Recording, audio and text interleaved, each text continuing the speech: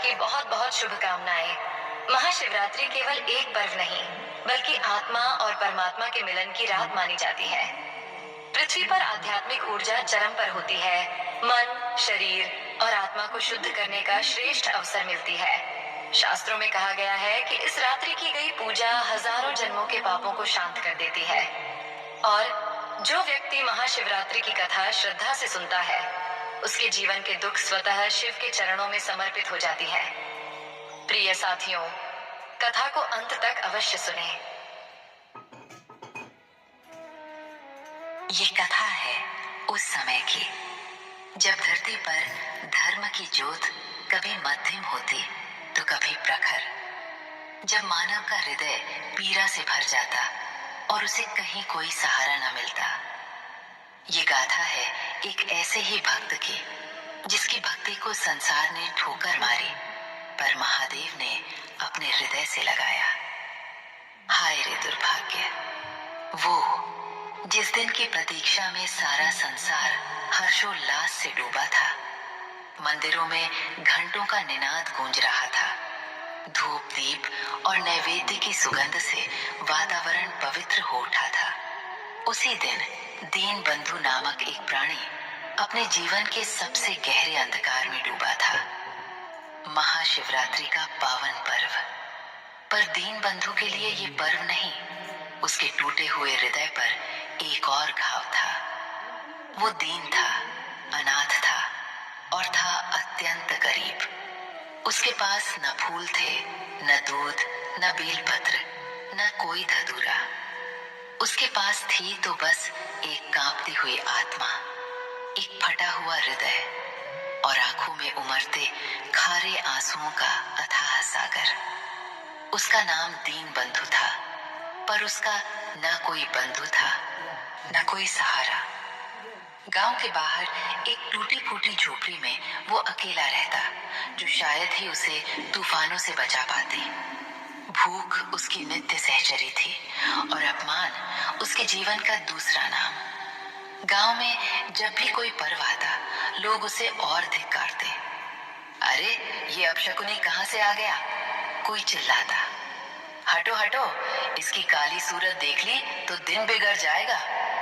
कोई दुकान वाला उसे अपने पास भटकने भी नहीं देता। उसके शरीर पर मैले कुचैले फटे पुराने वस्त्र थे, जो शायद ही उसके तन को ढक पाते थे। बाल बिखरे हुए, आंखें धसी हुई और चेहरा भूख व पीड़ा से जुर्रीदार। एक बार की बात है, गांव के मुखिया के घर विवाह था। दीन बंधु ये सोचकर कि शायद आज उसे कोई एक निवाला दे दे, हिम्मत करके उस घर के आंगन के बाहर जा खड़ा हुआ। उसकी आंखों में आशा की एक हल्की सी किरण थी, पर मुखिया के बेटे ने उसे देखते ही एक लकड़ी उठाई और जोर से चिल्लाया, भाग जा यहाँ से मनहूस, तेरी वजह से हमारा शुभ कार्य बिगड़ जाएगा। हट जा, नहीं तो हड्डी पसली एक कर दूंगा। लकड़ी की मार उसके दुबले पतले शरीर पर पड़ी और वो दर्द से कराहता हुआ, डगमगाता हुआ वहां से दूर भागा। उसकी आंखों से आंसू नहीं, मानो रक्त की बूंदें निकल रही थीं। वो दिन था जब उसने सोचा, क्या मेरा जन्म केवल मार खाने और धिक्कारे जाने के लिए हुआ है? क्या इस संसार में कोई नहीं जो मुझे अपना कहे? एक अन्य अवसर पर वो बहुत भूखा था। एक मंदिर के पास प्रसाद बंट रहा था। उसने सोचा, महादेव के द्वार पर तो कोई भूखा नहीं रहता। वो धीरे धीरे मंदिर की सीढ़ियां चढ़ने लगा। जैसे ही वो प्रसाद के पात्र के पास पहुंचा, एक पंडित जी ने उसे देखा और क्रोधित होकर बोले, खबरदार, तू यहाँ कैसे आ गया? तू तो नीच जाति का है, अपवित्र है। मेरे प्रसाद को भ्रष्ट मत कर। और उन्होंने एक लाठी उठाई। भाग जा, नहीं तो मार मार कर तेरा कचूमर निकाल दूंगा। दीन बंधु की आंखों में एक बार फिर अपमान के आंसू तैर गए। उसका हृदय चीत्कार कर उठा, महादेव, क्या तेरे दरबार में भी मेरे लिए कोई जगह नहीं? क्या मेरी भूख, मेरी पीड़ा, मेरी भक्ति सब व्यर्थ है? वो बिना प्रसाद लिए सिर झुकाए उस पवित्र स्थान से भी दुत्कार कर भगा दिया गया। उसके मन में हजारों प्रश्न उठते, जिनका कोई उत्तर न था। उसका मन एक टूटा हुआ शीशा था जिसमें हर दिन अपमान और उपेक्षा की चोट से और दरारें पड़ती जा रही थीं। उसका भाग्य उसे हर जगह से ठुकरा देता। वो काम मांगने जाता तो लोग उसे अकर्मण्य, चोर और नीच कहकर भगा देते। कभी कभी तो लोग उसे बेवजह पीट देते, सिर्फ इसलिए कि वो गरीब था, अकेला था और कोई उसका पूछने वाला नहीं था। वो अक्सर रात के अंधेरे में अपनी झोपड़ी के बाहर बैठकर रोता रहता। हे महादेव, तूने मुझे क्यों बनाया? क्यों दिया मुझे ये जीवन जिसमें केवल पीड़ा और अपमान भरा है? क्या मेरा कोई अपराध है? क्या मैं तुझसे इतना भी नहीं मांग सकता कि एक पल के लिए ये दुख थम जाए? उसके आंसू, उसकी आहें, उसकी चीखें सब उस वीरान रात की हवा में विलीन हो जाती। कोई सुनने वाला न होता। और आज महाशिवरात्रि थी। गांव के मंदिर से भजन कीर्तन की ध्वनि आ रही थी। लोग नए वस्त्र पहने हाथों में पूजा के थाल लिए मंदिर की ओर जा रहे थे। दीनबंधु अपनी जीर्ण शीर्ण झोपड़ी में बैठा बाहर चमकते दीपों और मंत्रोच्चार की ध्वनि को सुन रहा था। उसके हृदय में एक अजीब सी कसक उठ रही थी। सबके पास कुछ है अर्पित करने को, फूल, दूध, फल। मेरे पास क्या है? मेरा तो ये टूटा हुआ मन ही मेरा सब कुछ है। उसके मन में एक विचार कौन था? आज तो महादेव का महापर्व है। क्या आज भी वे मुझे अपने द्वार से धिक्कार देंगे? नहीं, आज मैं जाऊंगा, चाहे कुछ भी हो जाए। मैं अपने महादेव के सामने जाकर अपनी व्यथा कहूंगा। उसने अपने फटे पुराने कपड़े कसे जो पहले से ही तार तार थे। उसके पैर लड़खड़ा रहे थे। पेट में भूख की आग जल रही थी, पर उसके हृदय में एक अजीब सी शक्ति उमड़ रही थी। शिव के प्रति अनन्य भक्ति की शक्ति। वो धीरे धीरे कांपते कदमों से गांव के मुख्य शिवालय की ओर बढ़ा। रास्ते में कई लोगों ने उसे देखा। किसी ने मुंह फेर लिया, किसी ने भाग यहां से कहकर डांट दिया, पर दीनबंधु ने किसी की ओर नहीं देखा। उसकी आंखों में केवल मंदिर का शिव शिखर था। जैसे तैसे वो मंदिर के गर्भगृह तक पहुंचा। अंदर उत्सव का माहौल था।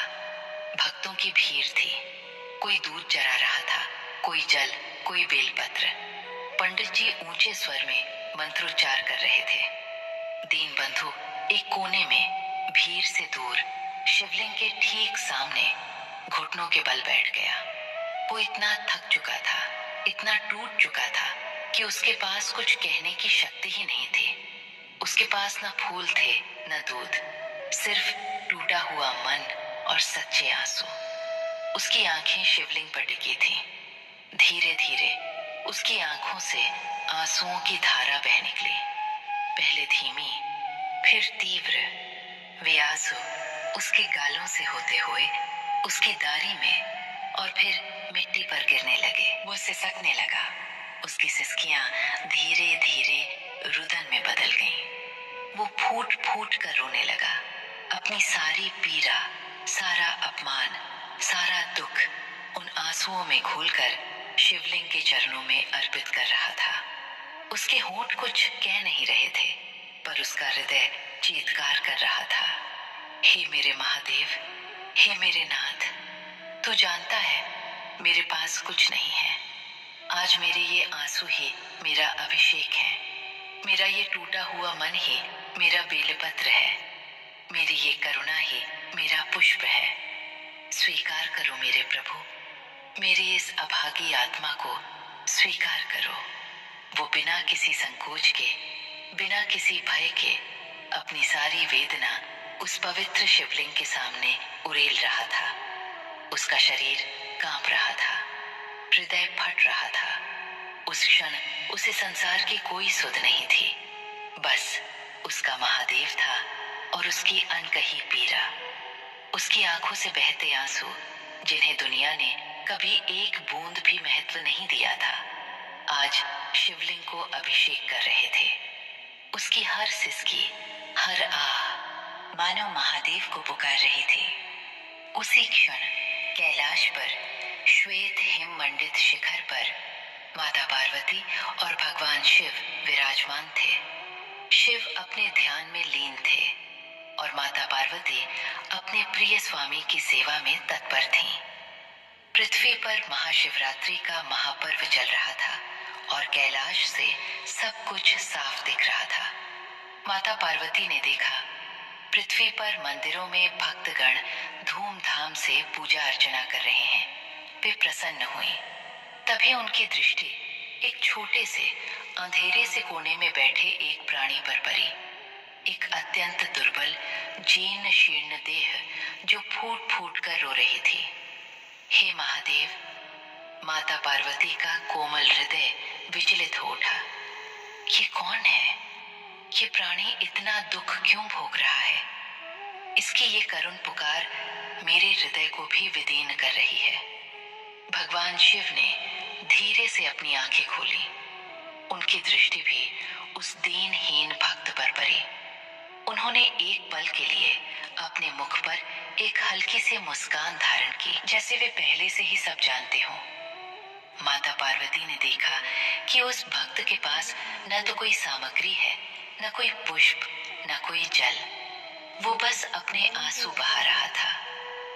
नाथ, ये कैसा भक्त है?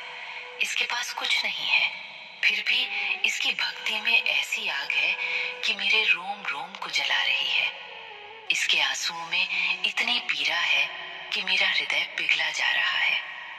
हे स्वामी, क्या ये उचित है कि आपका इतना सच्चा भक्त इतनी वेदना सहे? इसे तो लोगों ने हर जगह से दुत्कार दिया है, डांट कर भगा दिया है। इसकी हर आह में आपके लिए इतनी लगन है। मैं इसे इस अवस्था में नहीं देख सकती। मेरी आंखों में आंसू आ रहे हैं प्रभु। कृपा कीजिए मेरे स्वामी, इसे दर्शन दीजिए। भीग गया था। उनकी आंखों में भी आंसू छलक आए थे। महादेव ने माता की ओर देखा। उनके चेहरे पर असीम प्रेम और शांति थी। देवी, तुम तो जगन माता हो। तुम्हारी करुणा से ही ये सारा संसार चलता है। तुमने ठीक कहा, इसकी भक्ति में कोई कमी नहीं। संसार इसे नहीं पहचान पाया, परंतु मेरी दृष्टि से कुछ भी अदृश्य नहीं। इसकी हर चोट, हर अपमान, हर आंसू मेरे हृदय पर लगा है।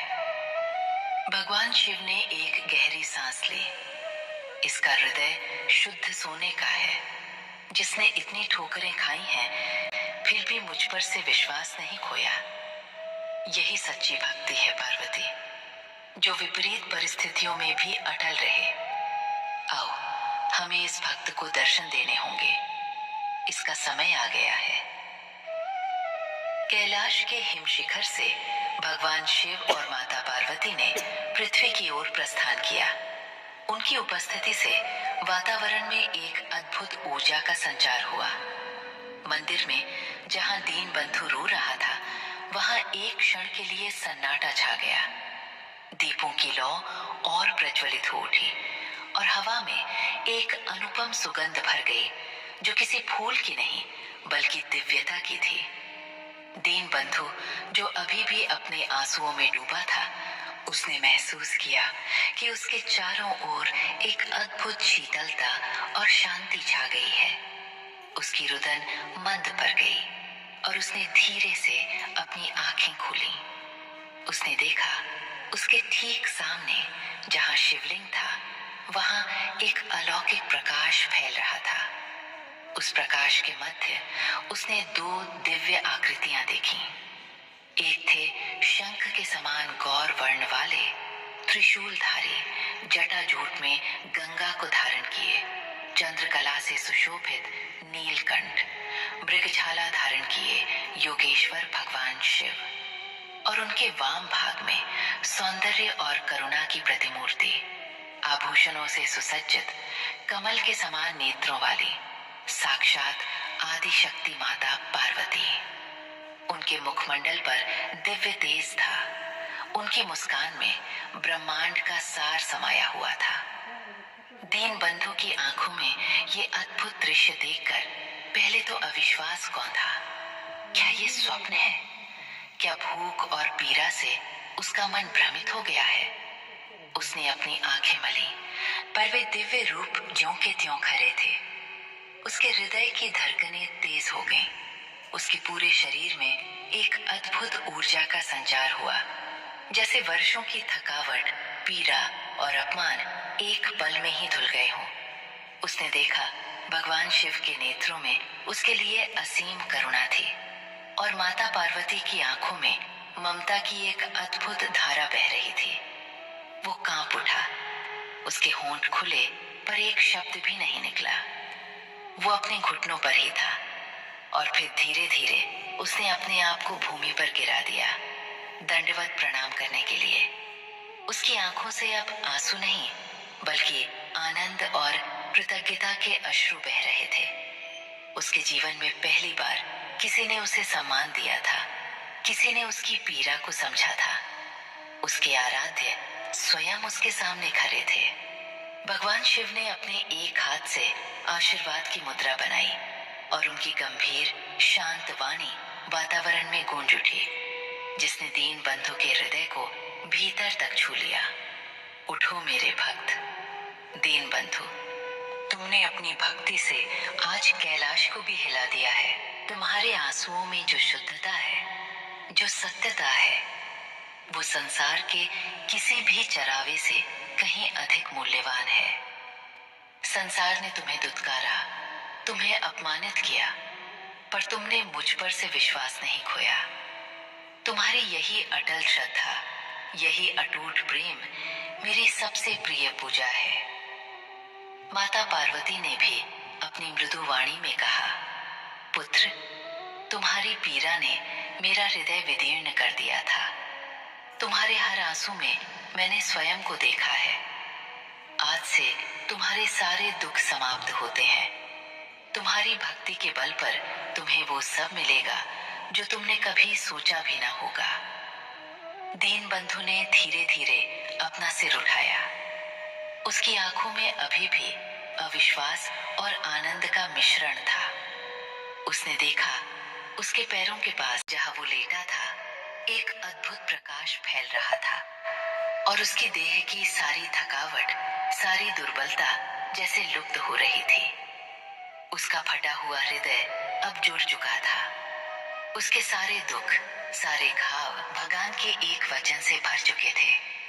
उसके मुख से केवल एक शब्द निकला, महादेव। फिर से उनके चरणों में नतमस्तक हो गया।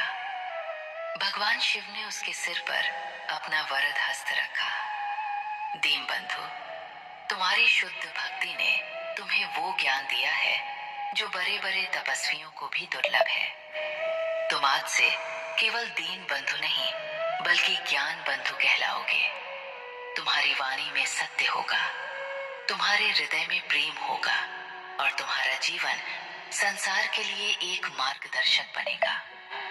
तुम्हारी दरिद्रता का अंत होता है, पर ये मत भूलना कि सच्ची संपत्ति ज्ञान और भक्ति ही है। जैसे ही महादेव और माता पार्वती ने ये वरदान दिया, दीन बंधु के शरीर में एक अद्भुत परिवर्तन आया। उसके मैले कुचैले वस्त्र स्वयं ही शुद्ध और स्वच्छ हो गए। उसका शरीर जो दुर्बल और जीर्ण था, अब तेज और कांति से चमकने लगा। उसकी आंखों में एक नई चमक थी। उसके मुख पर एक अद्भुत शांति। वो उठ खड़ा हुआ। उसके चारों ओर खड़े अन्य भक्तगण जो इस अद्भुत दृश्य के साक्षी बने थे, स्तब्ध थे। वही दीनहीन जिसे वे हर दिन दुत्कारते थे, आज साक्षात महादेव और माता पार्वती के समक्ष दिव्य रूप में खड़ा था। वे सब आश्चर्यचकित और भयभीत थे। कई लोगों ने अपनी गलतियों का प्रायश्चित करने के लिए उसके चरणों में गिरने का प्रयास किया, पर दीन बंधु ने उन्हें रोक दिया। दीन बंधु ने मुड़कर उन लोगों की ओर देखा जिन्होंने उसे कभी ताना मारा था, डंडे से भगाया था। उसकी आंखों में न क्रोध था, न प्रतिशोध, केवल असीम करुणा थी। उसने हाथ जोर कर कहा, मेरे बंधुओं, आप सबने जो कुछ भी किया वो केवल आपकी ज्ञानता के कारण था। मैं आप सबसे क्षमा मांगता हूँ यदि मेरी उपस्थिति से आपको कभी कोई कष्ट हुआ हो। उसकी वाणी में ऐसी विनम्रता और दिव्यता थी कि सुनने वाले मंत्रमुग्ध हो गए। भगवान शिव और माता पार्वती अपने भक्त को आशीर्वाद देकर धीरे धीरे उस दिव्य प्रकाश में विलीन हो गए। पर दीन बंधु का जीवन हमेशा के लिए बदल चुका था। वो अब न दीन था न ही अनाथ। उसने ज्ञान बंधु के नाम से अपना नया जीवन प्रारंभ किया। उसने अपने जीवन में किसी से कोई भौतिक सुख नहीं मांगा था, पर महादेव ने उसे वो ज्ञान, वो आत्मिक शांति दी थी जो संसार की किसी भी दौलत से बढ़कर थी। उसके मुख से निकली हर बात सत्य होती। उसके दर्शन मात्र से लोगों के कष्ट दूर होने लगे।